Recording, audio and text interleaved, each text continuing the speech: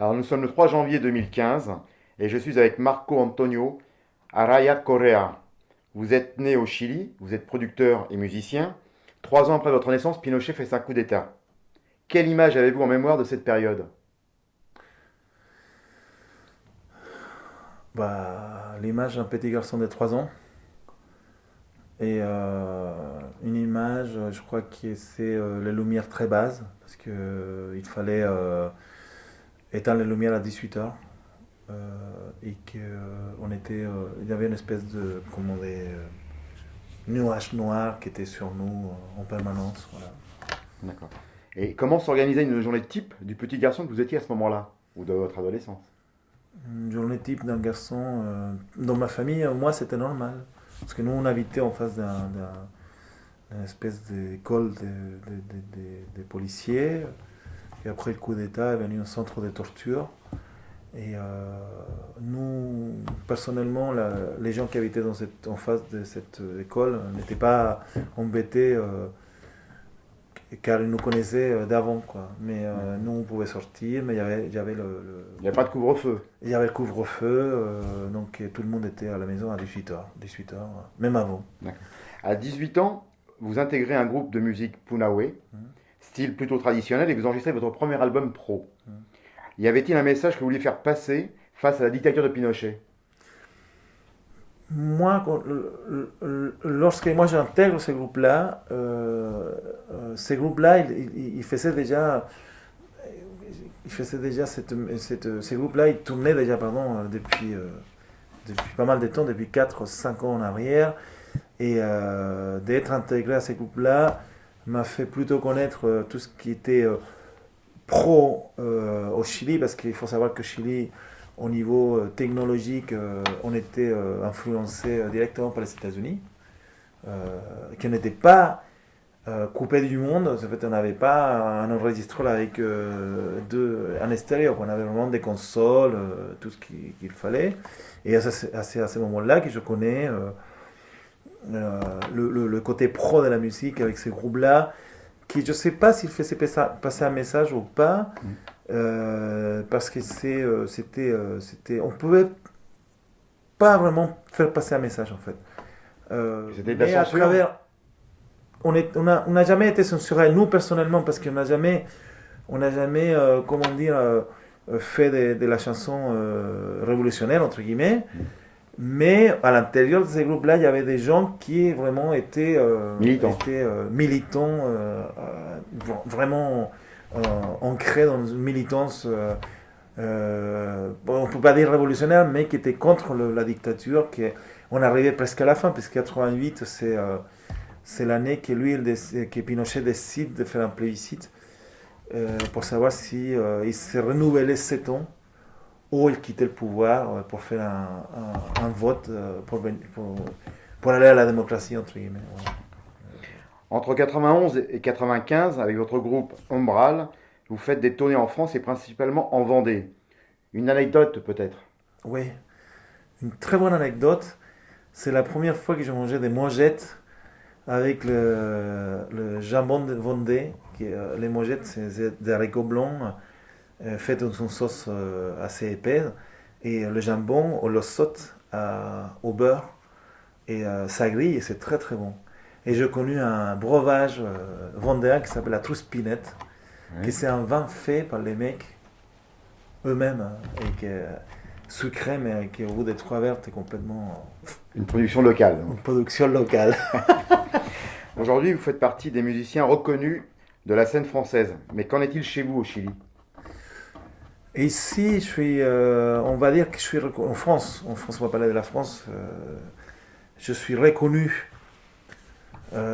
par mes semblables, parce que je ne sais pas si tu as apporté quelque chose ou pas, mais j'ai beaucoup appris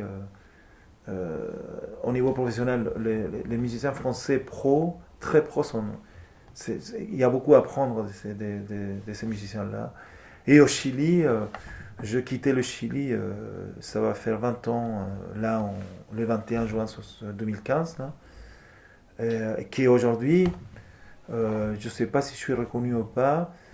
Je pense que dans un certain milieu, qui est le milieu traditionnel, Je laissais une petite trace parce que je fais des groupes au Chili pendant entre 90 et 95 avant de venir en France, qui ont laissé quand même une trace qui a marqué un certain nombre de musiciens par rapport à un certain professionnalisme que j'adore. En fait, moi, j'adore le côté professionnel à tout niveau. C'est-à-dire, tout doit être cadré, tout doit être bien comme il faut, partout, les guitares bien accordées, pour qu'on puisse donner le meilleur de nous-mêmes et surtout ne pas se foutre de la gueule du public, quoi. Vous collaborez avec des noms tels que Catherine Lara, Philippe Laville, Alioune Koné et Bernard Giraudot à 3 reprises dans ses carnets de voyage Un ami chilien. Quel est votre meilleur souvenir de ces rencontres? Avec Catherine Lara, elle m'a donné la possibilité de rentrer dans les studios d'enregistrement en France, notamment dans cet studio-là qui s'appelait Horizon, où j'ai connu vraiment le côté pro des productions françaises des années 90, et, qui est très très bien. Une bonne femme très très gentille, avec laquelle on a fait un album qui s'appelle Cubaila, qui c'est une production de TF1. Avec Philippe Laville, c'était une rencontre en 2003, assez fructueuse. C'est-à-dire que Philippe, on le voit comme une espèce de monsieur qui est rigolo, mais finalement c'est quelqu'un de très très très sensible, et je le connais personnellement. Et il m'a apporté le côté live extrêmement pro, avec des super musiciens, parce que lui, il a joué avec des super musiciens. Ensuite, Alioune Koné, c'est mon ami.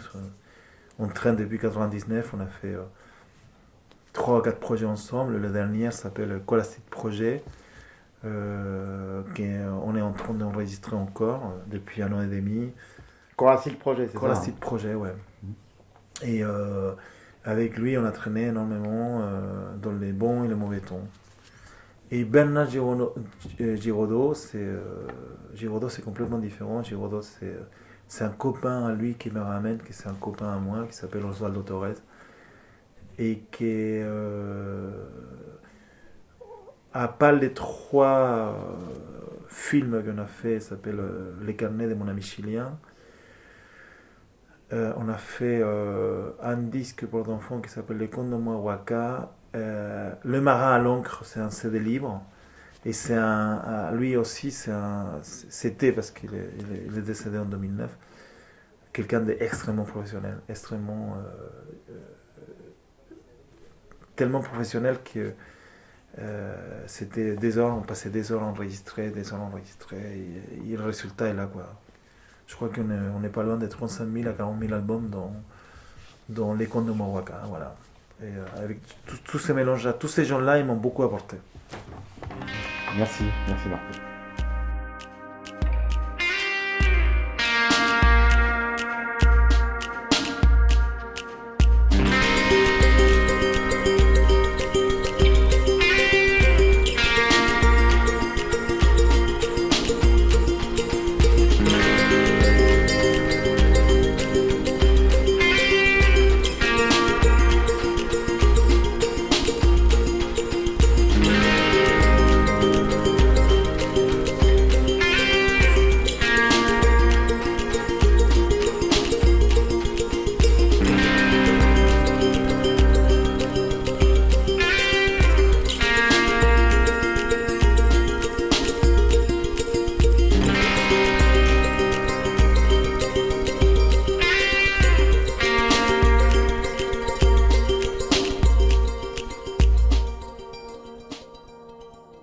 Le matin, quel est votre pied qui touche le sol en premier?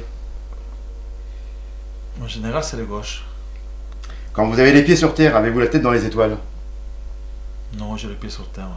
Vous êtes plutôt Pinochet ou Pinocchio? Pinocchio. Ray-Ban ou Optique 2000? Ray-Ban. Plutôt blanche pure ou or noir? Blanche pure. Ouais. Blonde ou prune? Prune. Chez une femme, regardez-vous en premier son cœur ou son pouls? Son pouls. Vous êtes donc full sentimental ou quick lover? Full sentimental, mon cher ami. Jambon beurre et boudin noir font-ils bon ménage? Non. Sur scène, quelle partie de votre corps vous gratte? La tête. Et après le concert? La main. Et avant de vous coucher?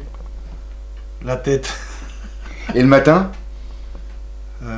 Les fesses comme ça. Dans le métro, rame de tête ou rame de queue? Rame de queue. Le chapeau plutôt le matin ou plutôt le soir? Le soir. Si vous aviez 7 doigts, à quoi servirait-il? À pouvoir jouer plus des cordes dans ma guitare.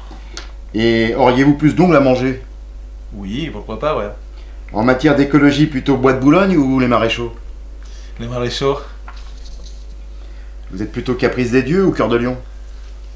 Caprice des dieux. Hein. Si vous étiez une insulte, vous diriez picon ou pitain de ta mère? Picon. Winchester ou Kalachnikov? Winchester. Vous êtes Figaro ou Canard enchaîné? Figaro. Diesel ou Marlboro? Marlboro. Vous est-il arrivé de parler à votre sexe en espagnol? Non. Et en français? Non plus. Vous êtes plutôt lunettes noires ou beurette? Lunettes noires. Couchez-vous dès le premier soir? Non. Vous portez une boucle d'oreille, c'est pas un peu ringard ça? C'est comme ça. Sexe et religion sont-ils des amis? Ouais. Et enfin, dans cette période de crise, croyez-vous encore au Père Noël? Ouais, il faut croire. Ouais.